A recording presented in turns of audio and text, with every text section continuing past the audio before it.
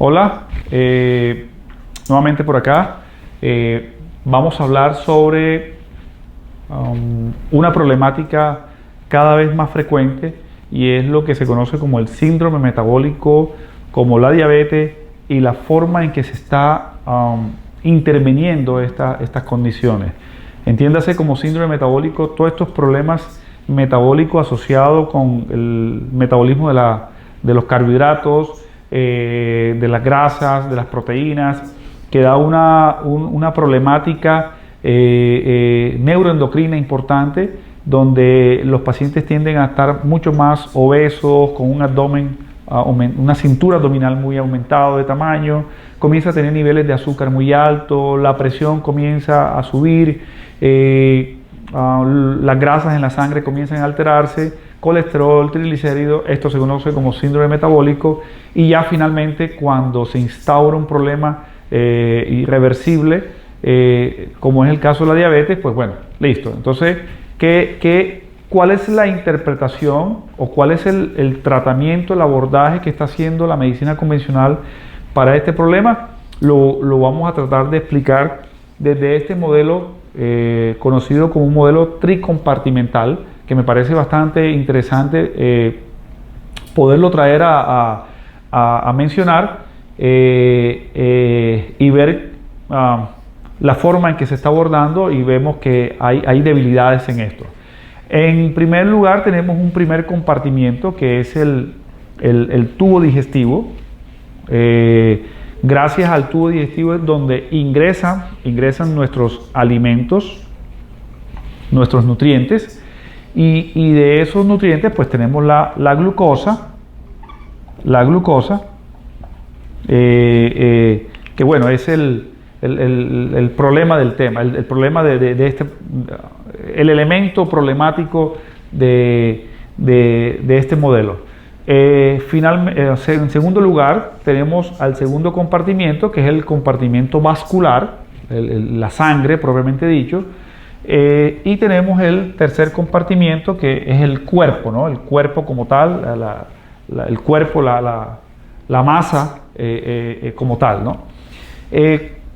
Normalmente el aporte de nutrientes, el aporte de azúcar, ese azúcar pasa del tubo digestivo, pasa a la sangre, y cuando pasa a la sangre luego pasa pues a las células, y bueno, va generando entonces, se convierte en una fuente de energía,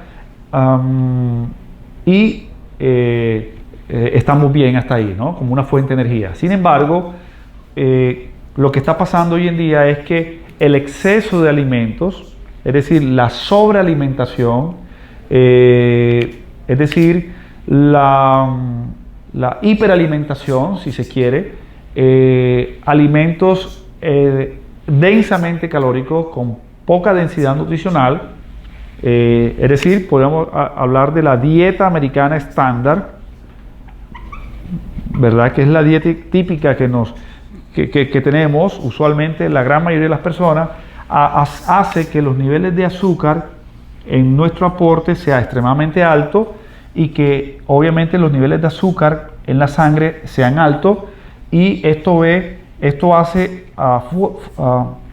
fuerza a que entonces azúcar debe entrar a la célula, y una vez entrando en la célula, ese azúcar, cuando es utilizado para la producción de energía, bien, pero el exceso de azúcar termina entonces generando una condición que es anabólica.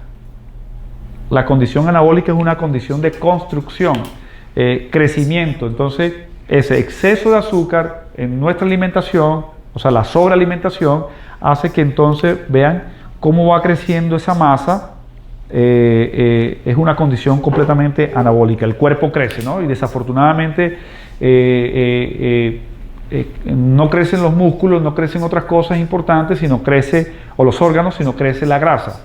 Y especialmente esa grasa visceral, visceral fat, que es esa grasa que está dentro del abdomen y que es una grasa que tiene una connotación completamente diferente, es mucho más patológica, es mucho más negativa que la grasa que normalmente existe a nivel del tejido celular subcutáneo.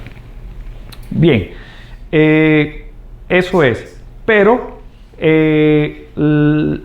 podemos ver cómo cuando estos niveles de azúcar en la sangre comienzan a elevarse, el abordaje que hace la medicina convencional o los tratamientos convencionales por todo el cuerpo médico es tratar de buscar la manera de cómo esta azúcar alta en la sangre la meto en la célula, ¿de acuerdo? O en algunos casos cómo la elimino.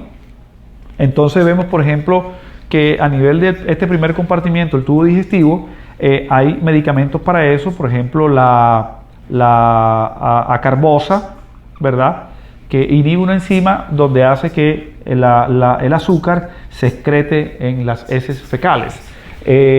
Obviamente, esta es una estrategia que, si bien es cierto, evitamos que pase al segundo compartimiento, a la sangre, pero genera todo un contexto digestivo anormal y que empeora otras condiciones, sobre todo a nivel del tubo digestivo. Bien, pero digamos que el azúcar ya llegó acá, ¿ok? Tenemos entonces el azúcar alta en la sangre. Este azúcar genera un contexto que se conoce como la resistencia insulínica. El azúcar ya no entra fácilmente a la célula, los niveles de insulina comienzan a crecer, entonces ya se instaura un problema asociado con la insulina. Sin embargo, vemos cómo la medicina convencional comienza a hacer uso de fármacos como las biguanidas, como la metformina,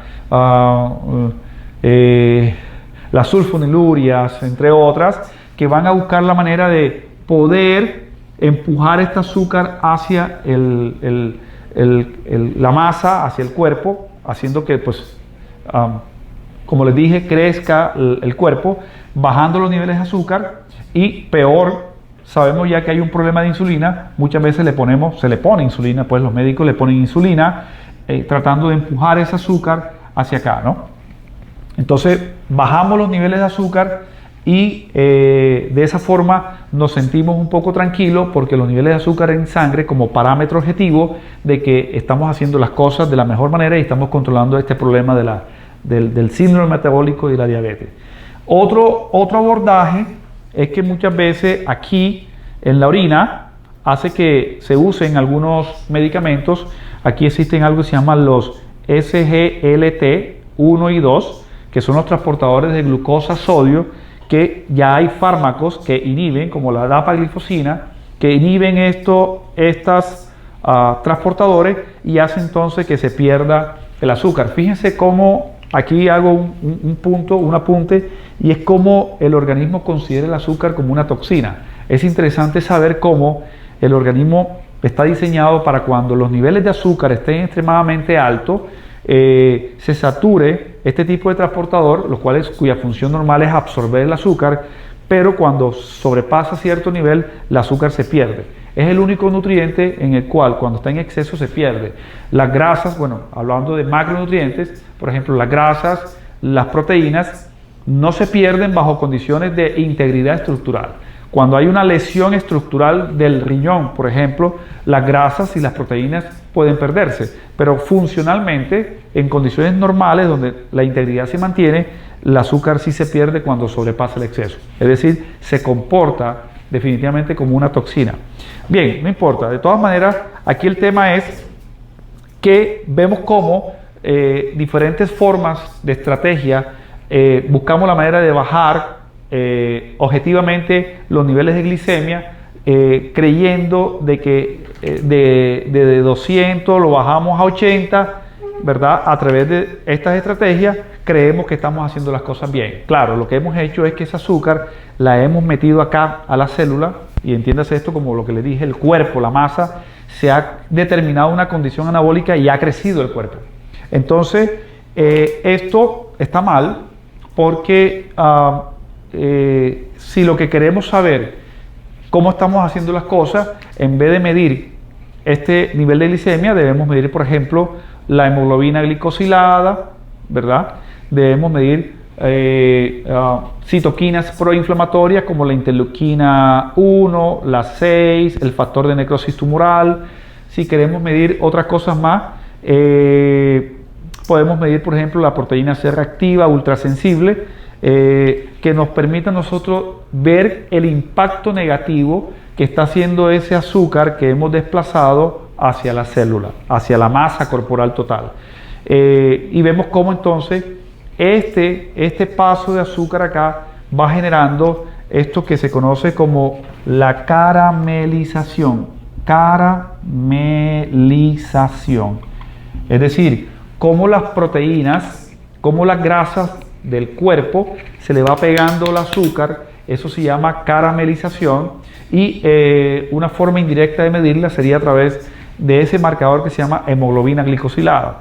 Entonces, esto es lo que determina a largo plazo las consecuencias de este trastorno y la aparición de enfermedades cada vez más peor. Es decir, se empieza con un síndrome metabólico, entramos en diabetes y terminamos teniendo otra enfermedad mucho más catastrófica.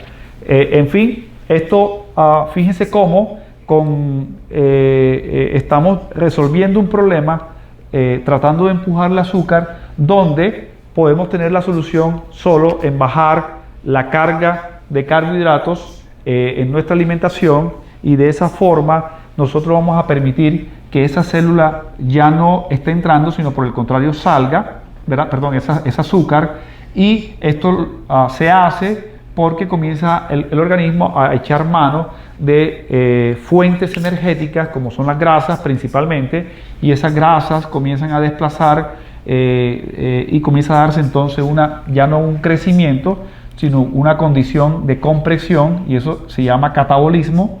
Y vamos mejorando todos estos marcadores, que deberían ser los marcadores que usamos, que deberíamos usar en los pacientes que estemos tratando este tipo de condición. Entonces, fíjese cómo, ya como para finalizar y apuntar, no se trata de consumir alimento y seguir así y forzar farmacológicamente entrada del azúcar, sino por el contrario bajar la carga de carbohidratos. Y esto invito a las personas que estén revisando el video, de que vayan a internet y busquen algo que se conoce como la carga glicémica de los alimentos, ¿ok? Y tratar de buscar consumir alimentos que tengan una carga glicémica que esté por debajo de 10, o en los casos un poco flexibles, que esté por debajo de 15. De esa manera nosotros podemos ir bajando este aporte de glucosa y evitaremos entonces tener estas consecuencias. Así que finalmente, a través de un modelo como esto, podemos ver cómo podemos tratar más inteligentemente un problema que cada vez más está creciendo. Así que muchas gracias.